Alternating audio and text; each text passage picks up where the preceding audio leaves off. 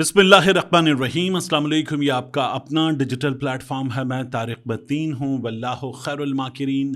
अल्लाह सबसे बेहतर तदबीर फरमाने वाला है, वही बचाएगा मेरे देश को बलाओं से जो बारिश में शजर से घोंसला गिरने नहीं देता, क्योंकि उसकी तदबीर तमाम तदाबीर की इमाम है। अलीमा खान साहिबा की किसी भी वक्त गिरफ्तारी हो सकती है, ये अचानक सोशल मीडिया पर चलना शुरू हुआ है। कुछ सहाफ़ियों ने लिखा अलीमा खान, कुछ ने लिखा अलीमा खानम आगे मार्क ऑफ एक्सक्लेमेशन, कुछ ने ये लिखा कि अलीमा खान साहिबा। इस वक्त एक मुज़ाकरात का सिलसिला जारी है। उस मुज़ाकरात के सिलसिले में अगर कोई रुकावट है, कोई प्रॉब्लम है, तो वो प्रॉब्लम है अलीमा खान साहिबा।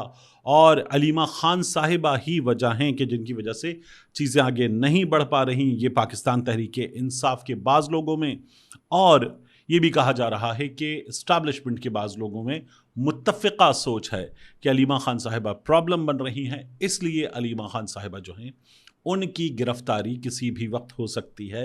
ये इस वक्त बड़े ज़ोर व शोर के साथ सोशल मीडिया पर बताया जा रहा है। एक कॉलम है सुहेल बड़ाइच साहब का, उस कॉलम के कुछ बड़े माने खेज़ अल्फाज थे। उन अल्फाज का भी हवाला दिया जा रहा है कि सुहेल बड़ाइच साहब ने रिसेंटली लिखा था कि इमरान खान अगर खान है तो अलीमा खान डेढ़ खान है।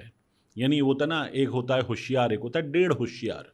तो अलीमा खान डेढ़ खान है और अलीमा खान साहिबा को गिरफ्तार करेंगे, अलीमा खान साहिबा की खामोशी हो जाएगी, वो मंजर से हट जाएंगी, तो फिर पाकिस्तान तहरीक इंसाफ, इमरान खान, इस्टेब्लिशमेंट के तमाम नहीं, कुछ लोग जो कहीं किसी जगह कुछ चीज़ें समझा कर कुछ हालात ठीक करना चाहते हैं, तो ये सोच पैदा हो रही है कि अलीमा खान साहिबा का हर हफ्ते अडयाला के बाहर आ जाना, आकर ये बात करना कि अब हम ऐसे करेंगे, ऐसे करेंगे, ऐसे करेंगे। और ये भी खबर कि ख़ुद उन्होंने भी बताया कि मोहसिन नकवी का पैगाम मिला, पैगाम देने वाले मुमकिन तौर पर बैरिस्टर गौहर थे, 26 नंबर पे मिला कि आप दोबारा जेलर को दरख्वास्त दें और जेलर से कहें कि मुलाकात करवा दें।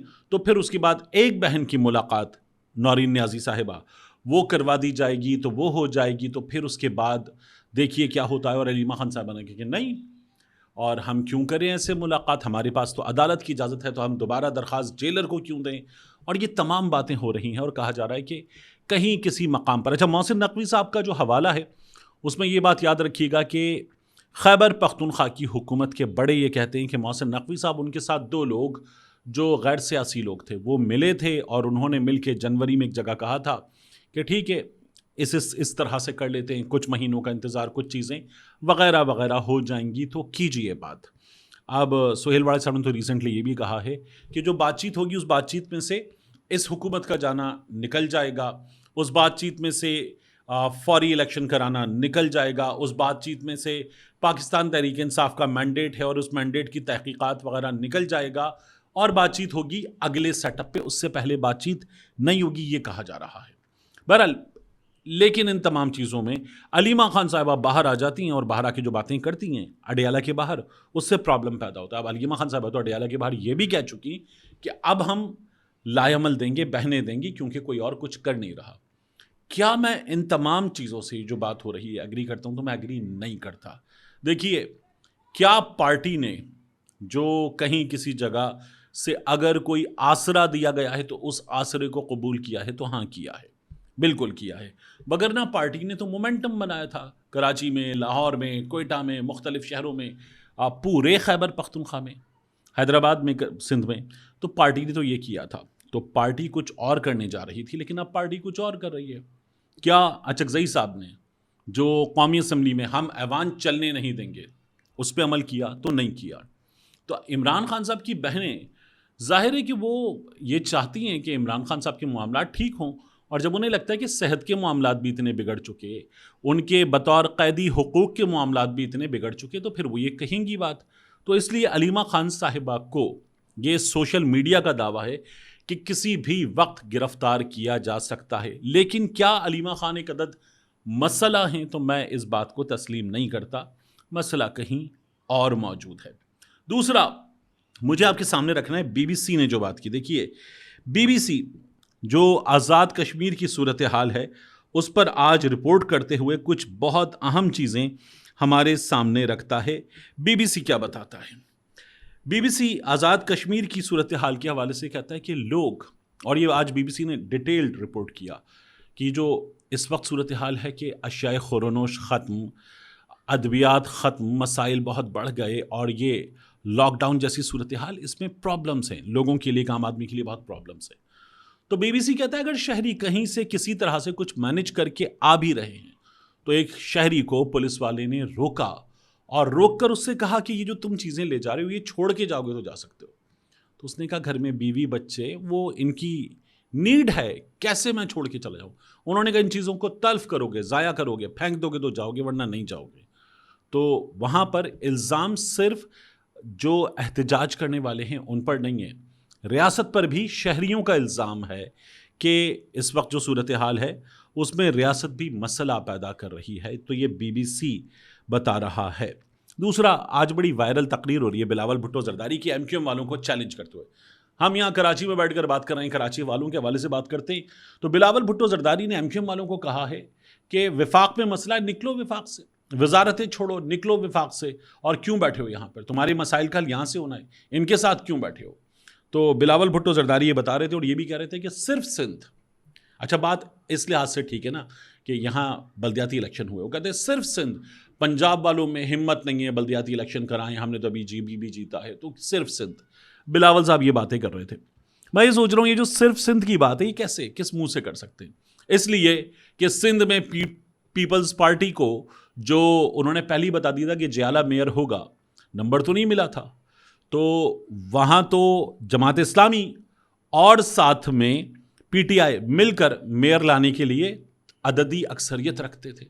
लेकिन फिर उसके बाद बंदे गायब हुए, कुछ हुआ, फिर कानून में ये हो गया कि मौजूद अरकान की अक्सरियत वगैरह, अदालत का फैसला और मुर्तज़ा वहाब मेयर। तो ये जो मेयर जिनको जमात इस्लामी वाले कब्ज़ा मेयर कहते हैं, इन मेयर साहब की इस जगह इस कुर्सी पर मौजूदगी पर बहुत बड़ा सवालिया निशान है।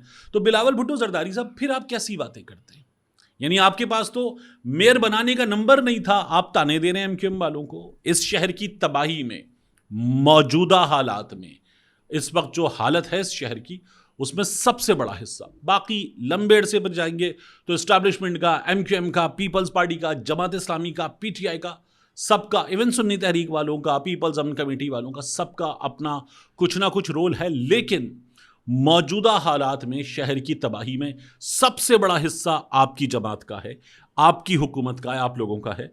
तो आप लोग किसी के बारे में इस तरह से बात कर कैसे सकते हैं।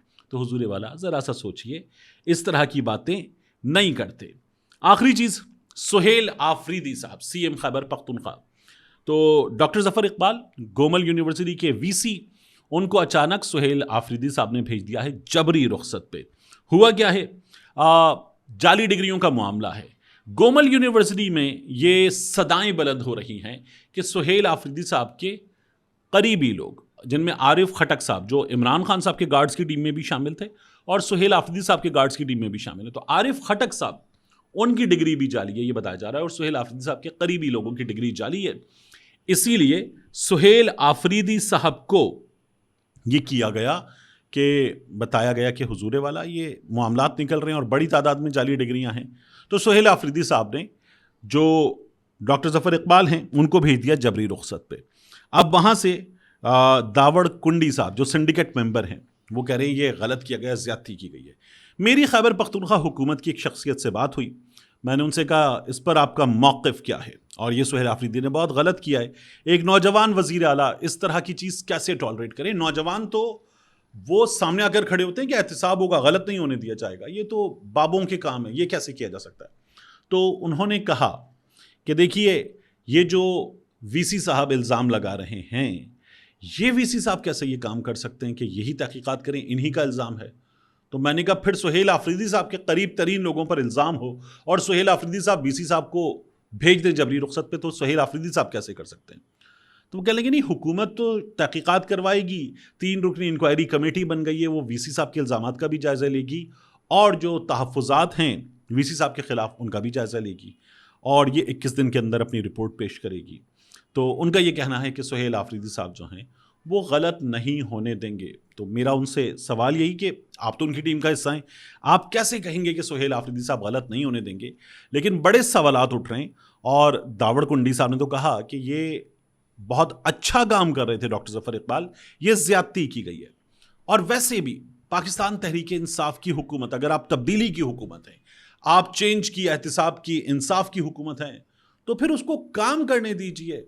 किसी चलते प्रोजेक्ट में, किसी जारी तहकीक में इस तरह से टांग अड़ा के बंदा हटा देना, आप पे उंगलियां उठेंगी, आपको शफाफियत के खिलाफ काम करने वाला करार दिया जाएगा। हम वेट करेंगे कि इन्हें किस दिनों का रिजल्ट आ जाए। लेकिन सुहेल आफरीदी साहब को मेरी ज़ाती राय में, दूर से बैठकर इस इशू को देखते हुए, लोगों को सुनते हुए, मुझे लगता है कि इस जगह इस तरह से एक मुदर्रिस, एक मौल्लिम, उसके मामले में टांग नहीं अड़ानी चाहिए थी। मिलते हैं इंशाल्लाह आपसे अगली वीडियो में।